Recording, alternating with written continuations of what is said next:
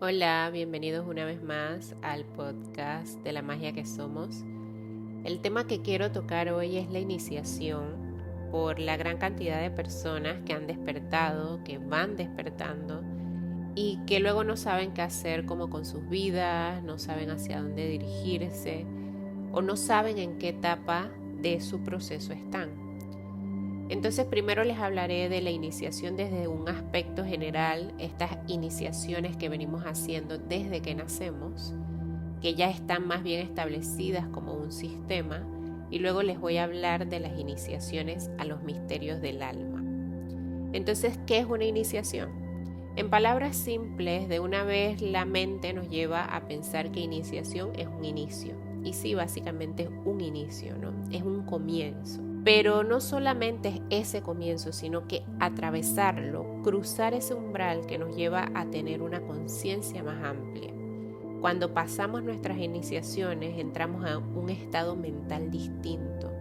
También empezamos a tener como una percepción más amplia, una visión distinta de nuestra vida, una forma también de vivirnos nosotros mismos desde otros aspectos de nuestro ser. Y en un sentido más profundo también pudiéramos decir que empezamos a tener este sentido de autorrealización. Nuestra vida entera está llena de iniciaciones, ya que esto es un patrón arquetípico que se repite en nosotros constantemente, lo podemos observar. No es algo que se inventó hace 100 años, sino que la creación misma, el cosmos, está constantemente iniciándose a las siguientes etapas. Como les dije, lo vemos en la naturaleza, en sus ciclos orgánicos de invierno, primavera, verano, en las estaciones. Estas son iniciaciones que hace la naturaleza. Lo vemos en nosotros mismos cuando entramos en una etapa, por ejemplo, la infancia, y esta etapa termina con la adolescencia. También lo vemos cuando iniciamos un nuevo trabajo, cuando nos mudamos, cuando terminamos una relación, e inicia automáticamente otra etapa en nuestras vidas. Es observable. Las iniciaciones corresponden a nuestros ciclos de vida, muerte, vida. Corresponden también a todo aquello que empieza y termina. De alguna manera, la vida nos vuelve como al inicio. Pero la siguiente vez que hacemos otra iniciación lo hacemos con mayor sabiduría o por lo menos con más conocimiento. Por eso es que el crecimiento se dice que es una espiral ascendente. Hacemos todo el recorrido del ciclo. Muchas veces, si no hemos aprendido la totalidad de la lección, lo pasamos a un siguiente nivel, ahora con más conciencia. A lo mejor no estamos listos para, digamos, como terminar esa lección de vida, pero tenemos una mayor sabiduría las probabilidades de romper un patrón son más grandes porque ya hemos atravesado algo similar anteriormente. Entonces vemos las iniciaciones en los diferentes rituales de distintas culturas y religiones. Por ejemplo, en los rituales católicos está el bautismo, la confirmación, el matrimonio. Son rituales que nos llevan, como queramos, consciente o inconscientemente, a tener una mayor conciencia. Nos llevan y nos van marcando cada etapa como ser humano. Entonces, por ejemplo, la confirmación nos lleva a esta vida del adolescente, adulto. El matrimonio nos abre este compás de poder saber de nosotros aspectos que reflejamos en nuestra pareja, por ejemplo. Cada iniciación tiene una razón de ser y cada una de ellas contempla algo sagrado. Sin embargo, esto de lo sagrado se ha perdido a lo largo del tiempo porque ya lo vemos como parte de un sistema y lo hacemos de manera automática, o sea, no lo hacemos con un sentido. Lo que hace sagrado una iniciación es el sentido que le damos a la misma. Si vemos la vida desde una visión colectiva, hace rato que las cosas dejaron de tener sentido. Entonces, por eso sale todo este material sobre iniciaciones, ocultismo, los misterios del alma, porque necesitamos recobrar ese sentido y eso sagrado que habita en nosotros. Ahora, ¿dónde entra el arquetipo del héroe en todo esto? Porque el episodio se llama Iniciación y el arquetipo del héroe. Y es que ese arquetipo se activa en cada iniciación que tenemos, aunque no lo sepamos o no lo podamos percibir. El héroe es un arquetipo universal, o sea que lo tenemos todos. Quizás algunos lo tengan como un arquetipo dominante y han sentido su energía toda la vida. Cuando digo dominante es que es parte de su personalidad y este arquetipo siempre está buscando cómo rescatar a alguien, hacer una misión de estas casi imposibles, así muy del héroe, ¿no? Estas películas ustedes se imaginen, ¿no? Donde hay un héroe, donde tiene que cumplir una misión, donde tiene que rescatar algo, conseguir un tesoro, etc. Pero para aquellos que no lo tienen como un dominante, lo pueden percibir o este se activa principalmente en las iniciaciones. A veces este arquetipo también se activa con otro arquetipo que tengamos dominante. Por ejemplo, si tenemos el arquetipo del buscador como dominante, este se activa junto con el arquetipo del héroe para emprender esa búsqueda. Pero la energía de emprender ese viaje, esa nueva etapa, la hace el héroe que llevamos por dentro. Como es un arquetipo universal, las películas de héroes siempre nos han llamado la atención. Siempre tenemos como esa afinidad con estas películas, pero si observan bien, no necesariamente tienen que ser estas películas donde está Superman o donde hay un héroe muy evidente. No, todas las películas, un gran porcentaje, para no decir todas, pero un gran porcentaje de las películas tiene el mismo guión, donde el protagonista emprende un viaje, pasa por unas misiones, etc. Y al final de la película, un final feliz o termina donde entrega algo, ¿no? Donde descubre algo mayor. ¿Por qué existen tantas películas de héroe? Porque el inconsciente le pasa esa información a los escritores de guiones, a los escritores de libros, le pasa esa información para que active en cada uno de nosotros estos ciclos, estas etapas de iniciaciones, porque las necesitamos para terminar etapas, para cerrar ciclos y empezar nuevos ciclos. Aquí ustedes, si realmente son desapegados, entenderán que las personas, los ciclos, los trabajos, todo es pasajero, todo tiene una función específica y cuando se termina, bueno, lo tenemos que dejar. Cuando nos quedamos anclados a esas cosas, a esas personas, situaciones, queda atrapada allí nuestra energía y se nos hace muy difícil emprender el viaje de la siguiente etapa. El viaje del héroe lo hacemos desde que nacemos y no lo hacemos una sola vez, lo hacemos muchas veces. Como les dije, se activan en cada iniciación, ya sea consciente o inconscientemente. Nuestro propio nacimiento es un acto heroico, por ejemplo. Obviamente en ese momento no estamos conscientes, pero el niño, el bebé, usa toda su energía para sobrevivir, para gritar, para llorar, para que le presten atención y ser atendido. Este es su viaje del héroe inicialmente, sobrevivir. En los viajes del héroe que emprendemos, no es necesario hacer actos heroicos para llamarles el viaje del héroe, tipo las películas y salvar a la humanidad. No.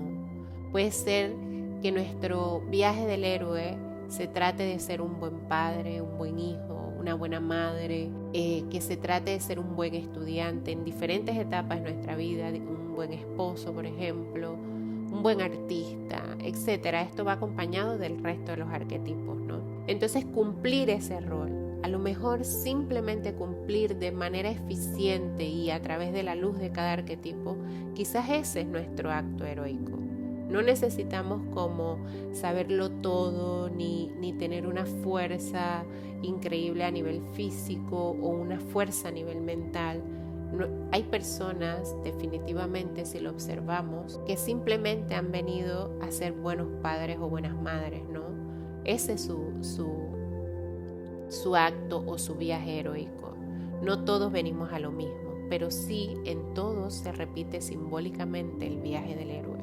Ahora, el viaje del héroe más importante que haremos, y según los tiempos que estamos viviendo, es el viaje psíquico, en donde tenemos todas las posibilidades de tener más conciencia y poder confrontar con nuestros verdaderos monstruos y dragones. Como humanidad estamos pasando por una iniciación colectiva ¿De qué se trata esta iniciación? Es una iniciación a los misterios del alma. Si han escuchado el episodio 1 donde hablo de conciencia inconsciente y su dinámica de autorregulación y compensación, entenderán lo siguiente. La psique, que es la conciencia y el inconsciente juntos, o sea, la psique es todo, siempre busca el equilibrio. Entonces, como humanidad estábamos inclinados al polo racional, a lo material y a la energía masculina. Vemos que solo estábamos como cargando energéticamente una sola parte de los polos, pero como la psique tiene sus ciclos, ¿no?, de reordenamiento, viene y observamos en este periodo de la humanidad que emerge la energía femenina, la parte más espiritual e intuitiva, la creatividad, lo etéreo, los misterios, toda esta parte inconsciente emerge de alguna manera para buscar equilibrio.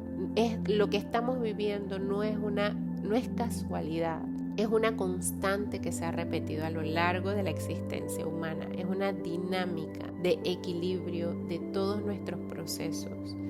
De allí parte el orden cósmico. Y es muy importante entenderlo porque todo lo que ocurre adentro está ocurriendo afuera. La psique funciona de esta manera. Las iniciaciones a los misterios del alma inician con nuestro despertar espiritual, a nuestra conciencia del yo. Ya aquí no les hablo sobre mudarse, cambiar un trabajo, sino a conocernos a nosotros mismos, a saber cómo funcionamos y por qué estamos aquí. El punto está en que la iniciación no es nada fácil y se hace más difícil porque carecemos de rituales y de personas capacitadas que nos ayuden a transitar todo esto. Pero obviamente acá les voy a dejar algunos datos, algunos puntos donde puedan comprender en qué etapa del camino se encuentran y qué se van a encontrar en estas etapas, ¿no? Tomen en cuenta que este viaje se hace a través de la terapia o a través de herramientas de autoconocimiento, o sea, no va sucediendo porque sí. Cuando nos ocurre el despertar, ese despertar del yo, nos empezamos a hacer preguntas y justamente necesitamos ese despertar para que con esa conciencia podamos atravesar nuestro inconsciente. Es muy probable que esta iniciación no ocurra una sola vez. De hecho, yo tuve una noche oscura del alma de casi 8 años consecutivos, no salía, no nada, y entraba muchas veces al inconsciente a través de diversas iniciaciones, cada vez más profundo, cada vez más profundo, cada vez más profundo. Entonces, quizás no lo hagan una sola vez, o quizás tampoco lo hagan tantas veces, sino va a depender pues de su destino, de su estructura arquetípica, de qué arquetipos son los que los llevan a ustedes al interior. Pueden escuchar más sobre los arquetipos en los episodios que he dejado anteriormente. Y recuerden que conocerse uno mismo pues es conocer el universo. Este viaje o esta iniciación a los misterios del alma está dividido en etapas, como el viaje del héroe que describe Joseph Campbell. No les voy a explicar aquí detalladamente porque yo sé que ustedes van a buscar la información, pero sí les voy a explicar los puntos como más importantes, ¿no? Y que lo entiendan como en su día a día y no lleno como de códigos, de que hay que tener una conciencia más amplia para poder entenderlo, ¿no? Lo voy a hacer en un lenguaje lo más simple posible de acuerdo a mi experiencia de vida. En primera instancia ocurrirá la llamada, se llama así, la llamada. Hay un autor o una autora, ahorita mismo no recuerdo, que lo define de esta manera, que es la sensación de tener que dejar de hacer lo que se está haciendo para ir a ver lo que está pasando en algún lugar.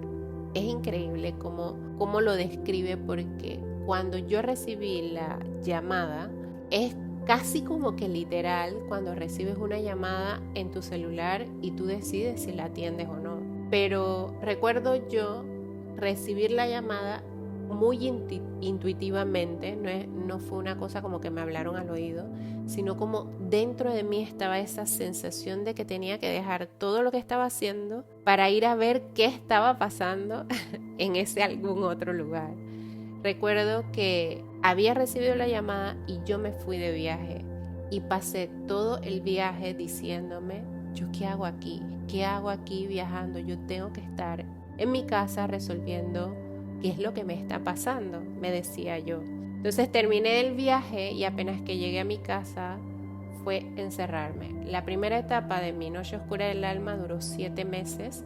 Fueron 7 meses donde no salía, solo me pasaba meditando y sabía que algo se estaba transformando en mí. Yo lo sabía, pero hay que estar como muy presentes también. Es una necesidad que se despierta de buscar respuestas. Aquí también se activa el buscador. Para otros la llamada también se puede percibir como una insatisfacción en la vida cuando hemos corroborado que el mundo material pues no tiene la respuesta que estamos buscando, cuando el mundo se queda como corto para nuestros anhelos del alma. Nos damos cuenta que el mundo como lo conocemos hasta ahora no nos llena y hasta sentimos que se queda pequeño. Entonces ahí se despierta en nosotros una necesidad de una vida más profunda y más amplia que sobrepasa los límites de lo conocido. O sea, necesitamos encontrar un significado, un sentido. Si no atendemos la llamada, esta vuelve a ocurrir. Muchas veces no de la misma forma, pero sí, y tampoco la sentimos con la misma intensidad, pero sí vuelve a ocurrir. Y en ocasiones la vida sí nos pone situaciones complejas, donde termina una relación, renunciamos o nos despiden de nuestro trabajo. Algo hace que cambie el rumbo de las cosas en nuestra vida y pone en juego toda nuestra estabilidad, de manera que nos sentemos a cuestionarnos qué es lo que está pasando. Estas son las llamadas más estratégicas que hace el inconsciente, porque no todos están dispuestos a detener su vida para ir a ver qué está ocurriendo adentro. Luego llega una segunda etapa o fase que le llaman como la ayuda sobrenatural. Es como una fuerza interna que se despierta en nosotros que nos anima a emprender el viaje. Acá se puede manifestar en forma de libros, información. Es como que encontramos un libro y es como que hace clic, como que esto es lo que necesitaba, o esta es la verdad, o es una sensación de que wow, esto ya lo sabía, pero te amplía la conciencia. También puede ser que alguien nos contó algo que tiene sentido místico, una verdad mayor. También pudiéramos verlo a través de la terapia, como les dije, o talleres de crecimiento personal, o cuando conocemos a alguna persona con mucha sabiduría y nos transmite esa sabiduría y enciende ese movimiento en nosotros. Es como necesito buscar más, ¿no? Acá se despierta la curiosidad de nuestro niño interior y es como si no lo tuviéramos miedo a nada. Aquí el héroe está como que voy con todo, ¿no? En mi caso, la ayuda sobrenatural, observando muchas de mis iniciaciones, han sido como esta fuerza que no sé de dónde sale, pero yo creo que también se activa esta fuerza es por la curiosidad de mi niña interior. Mi niña es súper curiosa y le encantan los misterios y es como que, a ver, ¿qué hay del otro lado, no? Entonces, creo que la curiosidad para los que de repente no encuentran un libro o una persona que les guíe el camino, sería bueno como que activar también la curiosidad de ese niño y ver, esperar qué te muestra el inconsciente también a través de los sueños, para ir como tomando notas, pero hay que estar muy, muy abiertos, siempre lo voy a decir, hay que estar muy presentes para poder hacer este trabajo. Ya luego pasamos a otra etapa que se llama el cruce del primer umbral. Acá nos encontramos con los guardianes del umbral, que muchas veces está representada por ogros o por hombres con armaduras, alguien que protege las puertas hacia el inconsciente. Acá la imagen que se tenga de los guardianes del umbral está muy relacionada con las creencias limitantes. Es decir, si ustedes vivieron en una familia muy restrictiva, es muy probable que les dé mucho miedo o las imágenes que se les presenten en cuanto a los guardianes del umbral sean personas como monstruos, como cosas que dan miedo, vamos a decir como imágenes que dan terror, porque ustedes mismos pues tienen la creencia de que o su familia les ha inculcado que hasta aquí son los límites familiares, o la tribu en la que crecieron hasta aquí, dice, son los límites, ¿no? Entonces cruzar esos límites es una de las grandes pruebas que tiene que realizar el héroe. Nada fácil porque hay que ir en contra de lo establecido. Entonces esos guardianes del umbral se van a presentar de estas formas como terroríficas para ver y probar nuestra propia valentía. Acá habla mucho de dejar pues nuestra zona de confort. Acá me gustaría decir algo sobre los guardianes del umbral para aquellas personas que han hecho ayahuasca o han tomado hongos, no sé, todas estas raíces, todas estas ceremonias ancestrales que condicionan nuestro inconsciente de alguna manera. Lo que están haciendo, y también con el uso de drogas, ¿no? Alcohol, etcétera, lo que se hace con eso es dormir la conciencia de los guardianes del umbral. O sea, dejamos desprotegidos el inconsciente cuando hacemos uso de esta sustancia. Dejamos desprotegidos el inconsciente, y si no tenemos a las personas correctas que nos ayuden a asimilar los contenidos inconscientes, estos pueden desbordarse y avasallar el yo, o sea, como que tiran abajo el yo. Las personas por eso muchas veces se quedan atrapadas en estos viajes, ¿no? Hay que tener mucho cuidado. Yo en lo personal nunca he hecho ninguno de estos viajes con ayahuasca ni nada.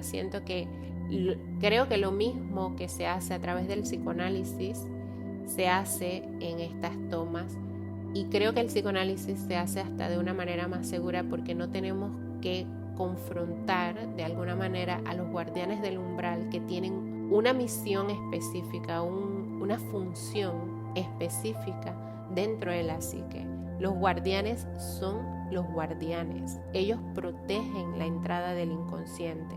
Si ellos no estuvieran ahí, y esto es simbólico, pero si ellos no estuvieran ahí, el inconsciente nos atraparía a nosotros y quedaríamos, como en la locura, ¿no? No sabríamos quiénes somos. Una vez que hemos pasado el umbral, el héroe es devorado por este mundo del inconsciente o por este mundo misterioso. A esta etapa se le llama el vientre de la ballena, y entonces aquí es donde realmente empieza la iniciación, que no es más que una serie de pruebas que tenemos que pasar.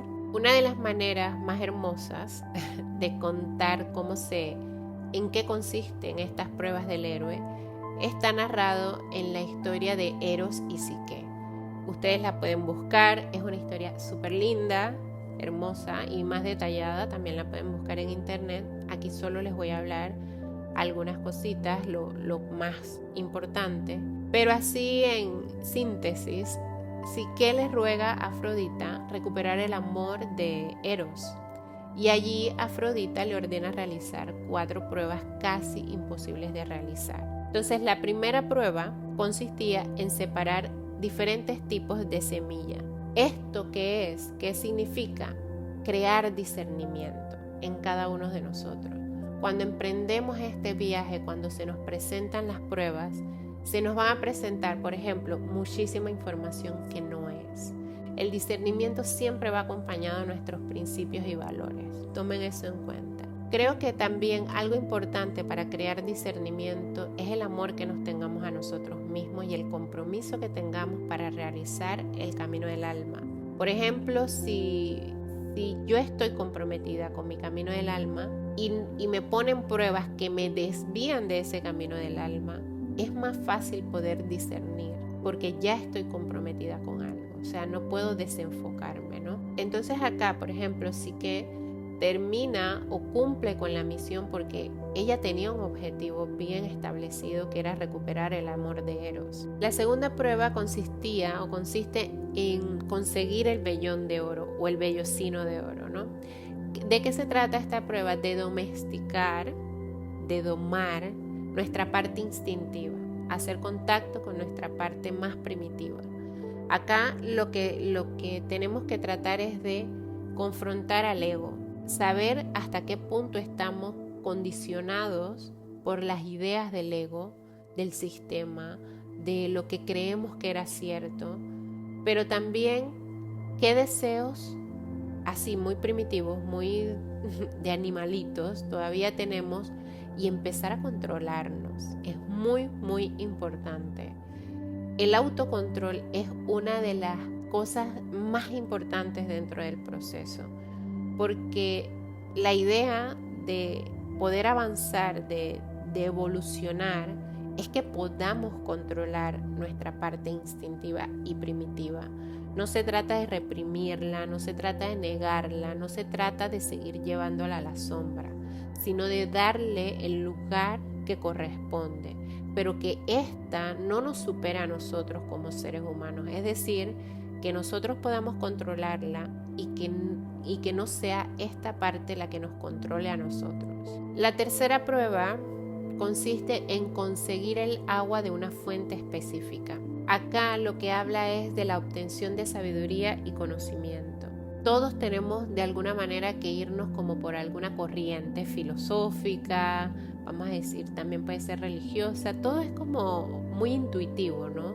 Pero no a través de dogmatismos que nos esclavizan, nada que ver. La espiritualidad no tiene nada que ver con quedarse atrapados en ningún dogma, más bien nos libera de ellos.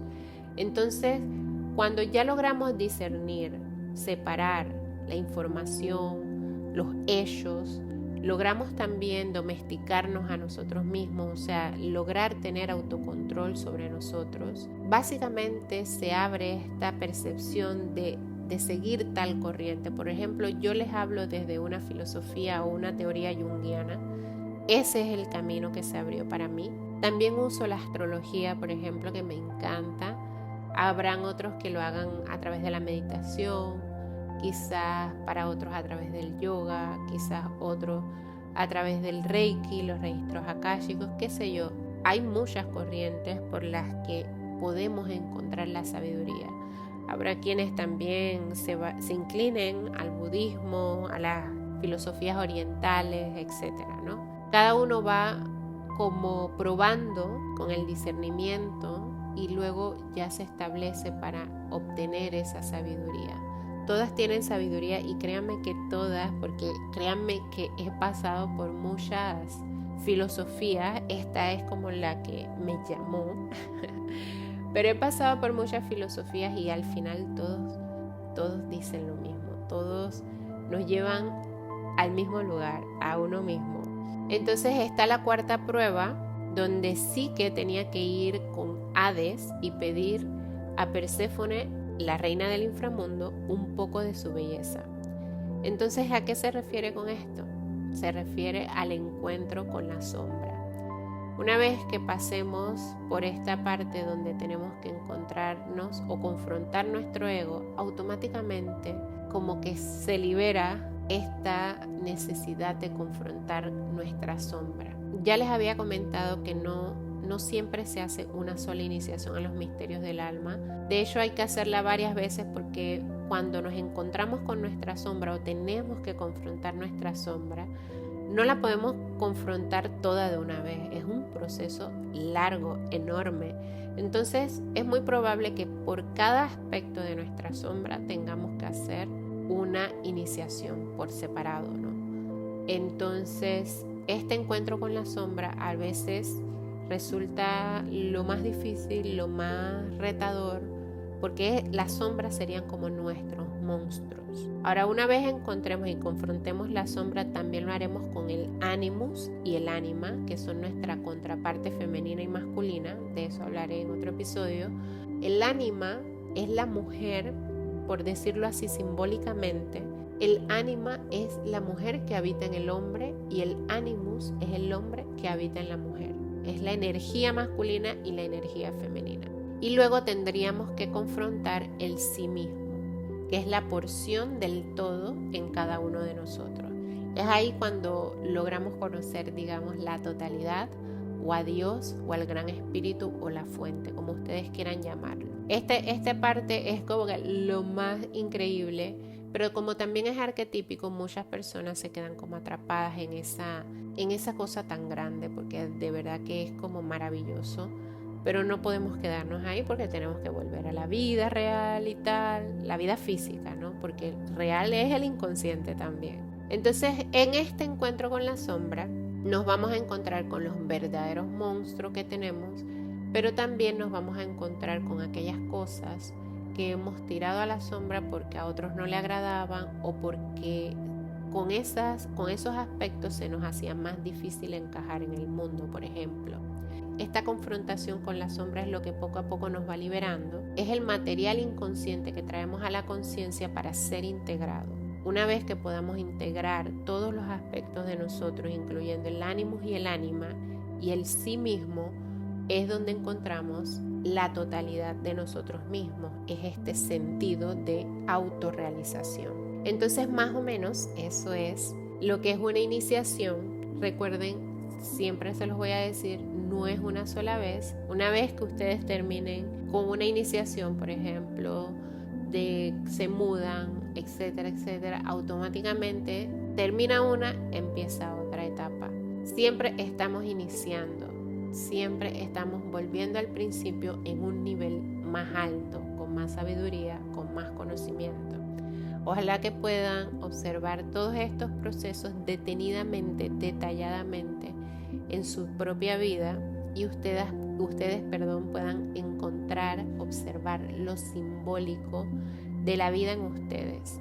Todo este movimiento espiritual no es casualidad, tiene una razón de ser y es que estamos evolucionando, el ser humano está evolucionando a una conciencia energética donde el lenguaje literal va a dejar de funcionar porque se han despertado las energías arquetípicas y nuestro lenguaje tiene que empezar a ser simbólico.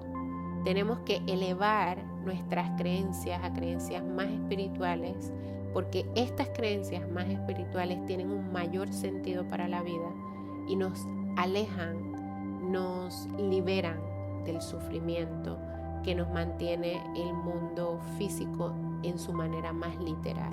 Entonces, bueno, hasta aquí les voy a dejar el episodio, espero que se haya entendido. También los invito a que escuchen los otros episodios para que tengan una comprensión más amplia de las cosas que estoy compartiendo acá. Y espero también que les sea de mucha utilidad todo este contenido que he preparado entonces para ustedes. Nos vemos, les mando un abrazo muy fuerte y nos vemos en el próximo episodio.